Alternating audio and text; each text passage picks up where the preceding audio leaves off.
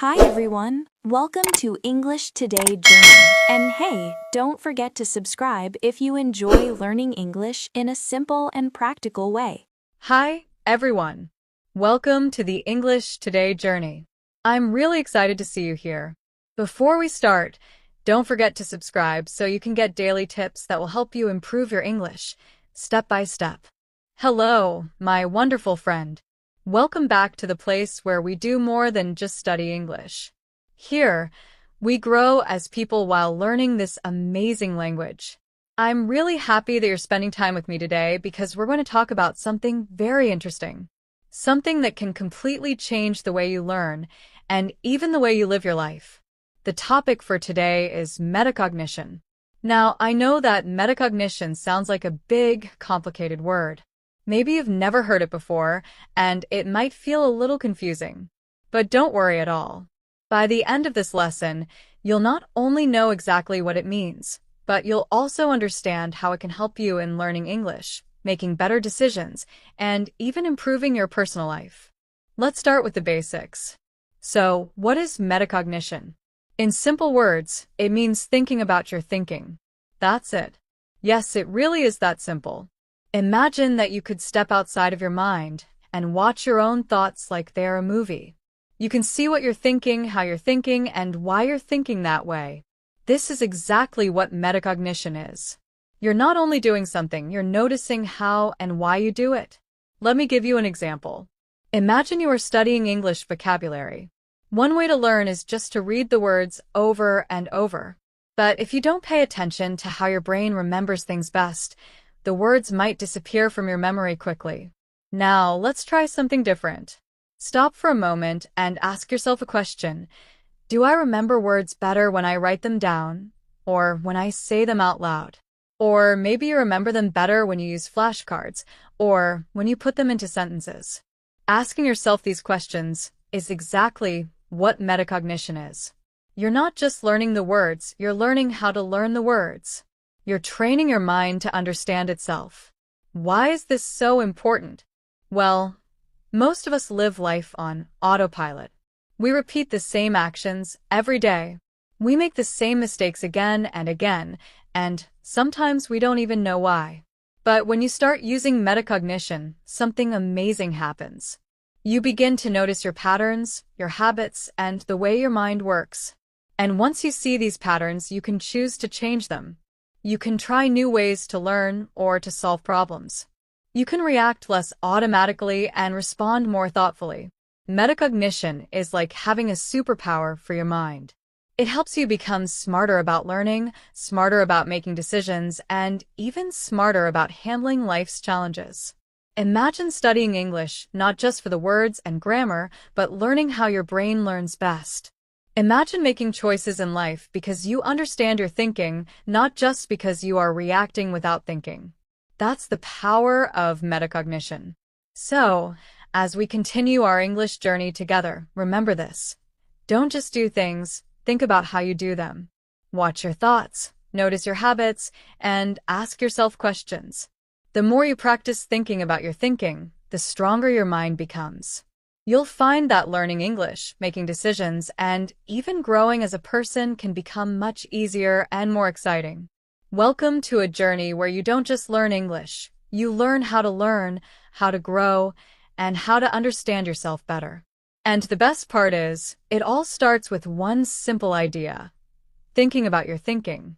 Metacognition gives you something very special, a little pause between what happens to you and how you react.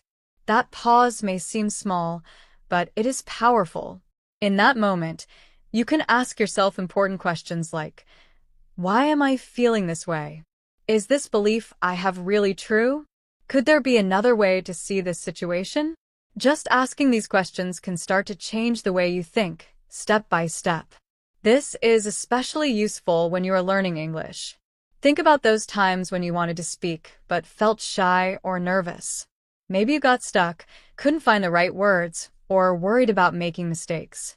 Metacognition helps you notice exactly what is happening in those moments. It helps you reflect, understand yourself, and then try a different approach.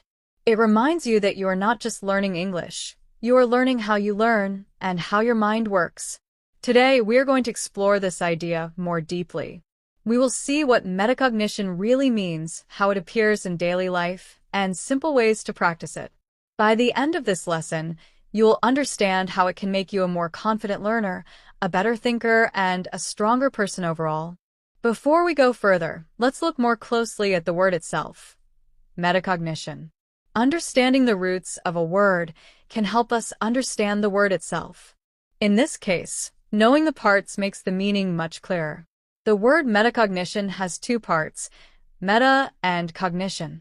Let's start with cognition. This word comes from Latin. The Latin word cognosca means to know or to understand. So when we say cognition, we are talking about all the mental processes that help us know, learn, and understand things.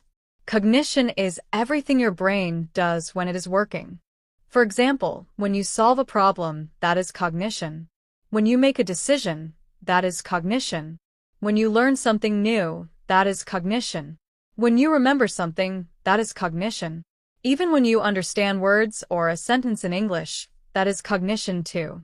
In simple words, cognition is the work your brain does to understand and process information. Now, let's look at the first part, meta. Meta means beyond, above, or about. So when we put these two words together, metacognition literally means thinking about your thinking. It's when you step back and look at your own mind, noticing how you are learning, understanding, and reacting. You are observing your own thoughts instead of just letting them happen automatically. When you use metacognition, you can start to notice patterns in your thinking. You can understand why you sometimes feel nervous when speaking English, or why some study methods work better for you than others. You can even use this awareness to change the way you learn and to choose better strategies that help you improve faster. Metacognition is not just about learning English.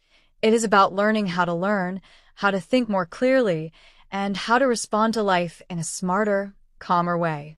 It gives you the power to pause, reflect, and make choices instead of reacting automatically.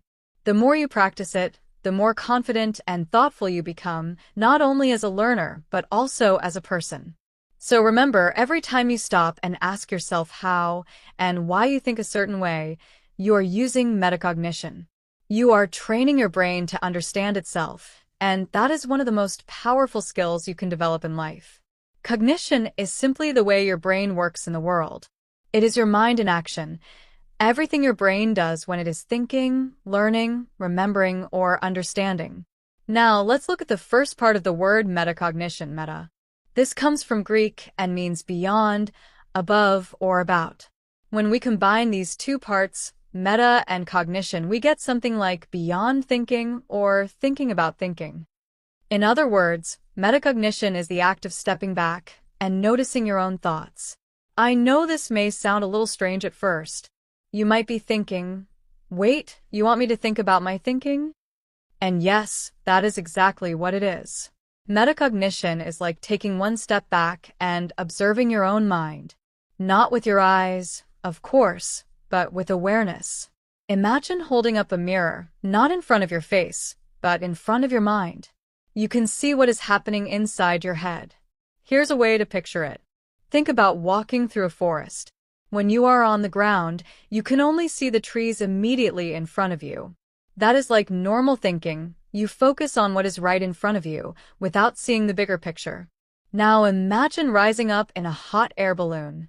From above, you can see not just the trees, but the rivers, the paths, where you came from, and where you might go. That view from above is like metacognition. You are not stuck inside your thoughts. You are looking at them from a higher perspective, seeing more clearly what is happening and why. Let me give you a real example from everyday life. Imagine you are reading something in English. Suddenly, you realize that your mind has wandered. You may have read the same sentence 3 times, but you didn't actually understand it. Has this ever happened to you? I know it has happened to me many times. Now, if you just keep reading without noticing what is happening, you won't learn much. But if you pause and say, wait, I'm not focusing. I need to slow down and read this sentence again, that is metacognition in action. You are noticing what your brain is doing and taking control of your learning. Another way to think about it is this. When you are practicing metacognition, you are not simply reacting automatically to what happens in your mind. Instead, you are observing, thinking about your thoughts, and deciding what to do next. You are choosing your response instead of being controlled by habits or distractions. This skill is especially useful when learning English. Sometimes, you might feel nervous about speaking or frustrated because you can't remember a word. With metacognition, you can pause, notice what is happening, and try a new approach. For example, if you forget a word, instead of panicking, you might think, okay, I can describe it in a different way, or I'll try using a simpler word first. That simple pause can make a big difference in confidence and learning. Metacognition also helps outside of English. In life, it allows you to notice your emotions, your patterns of thinking, and your reactions. By observing your mind, you gain control over how you respond. You can ask yourself questions like, why am I feeling this way? Or is there another way to see this situation? This habit of stepping back and thinking about your thinking gradually makes you a stronger, calmer, and more thoughtful person. Think of yourself like a player on a field, but also like the coach of your mind. When you play, you focus on the game, running and taking actions. But as a coach, you step back and watch what's happening. You notice what works, what doesn't, and you think, maybe we need a new strategy. That's exactly what metacognition does. It helps you watch your mind at work, notice patterns, and make better choices. And here's something very important. A good coach doesn't judge harshly. A good coach doesn't say, you're terrible.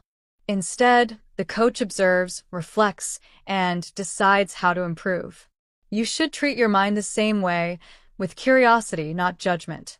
Be kind and patient with yourself, noticing your thoughts without criticizing them. In fact, most of us already practice metacognition without even realizing it. For example, if you read something and ask yourself, did I really understand this? That is metacognition. Or if you think, this is hard for me, maybe I should try a different approach. That is also metacognition. You use it in small daily moments when you are learning, making choices, or even having conversations with others. Another way to describe it is mental self-awareness. Just like emotional intelligence helps you notice and understand your feelings, metacognition helps you notice and understand your thinking. And here's the best part. When you start noticing your thoughts, you gain more control. You can pause, reflect, and decide your next step instead of reacting automatically. Sometimes, metacognition is as simple as asking yourself small but powerful questions. Is this the best way to handle this? Am I being fair to myself right now? Why do I keep telling myself I can't do this? These questions help you step back and guide your mind in a better direction. But let me make something very clear. Metacognition is not the same as overthinking. Many people confuse the two. Overthinking is when your mind goes in circles. You worry endlessly, repeat the same thoughts, and take no action. It feels stressful and exhausting. Metacognition is completely different. It is not about drowning in your thoughts. Instead, it is about observing your thoughts carefully, understanding them, and using that understanding to improve your learning, your decisions, and your life. In other words, metacognition gives you the ability to notice what your mind is doing, pause, and choose your next step. It turns automatic reactions into thoughtful responses. And the more you practice, the stronger the skill becomes. You become more aware of your learning habits, more confident in your decisions, and more thoughtful in your actions. So, next time you feel stuck, nervous, or frustrated, remember, you can be both the player and the coach. You can act in the moment, but also step back and notice what your mind is doing. By practicing metacognition, you gain control, understanding, and the ability to respond wisely. Metacognition is a lot like checking in with yourself.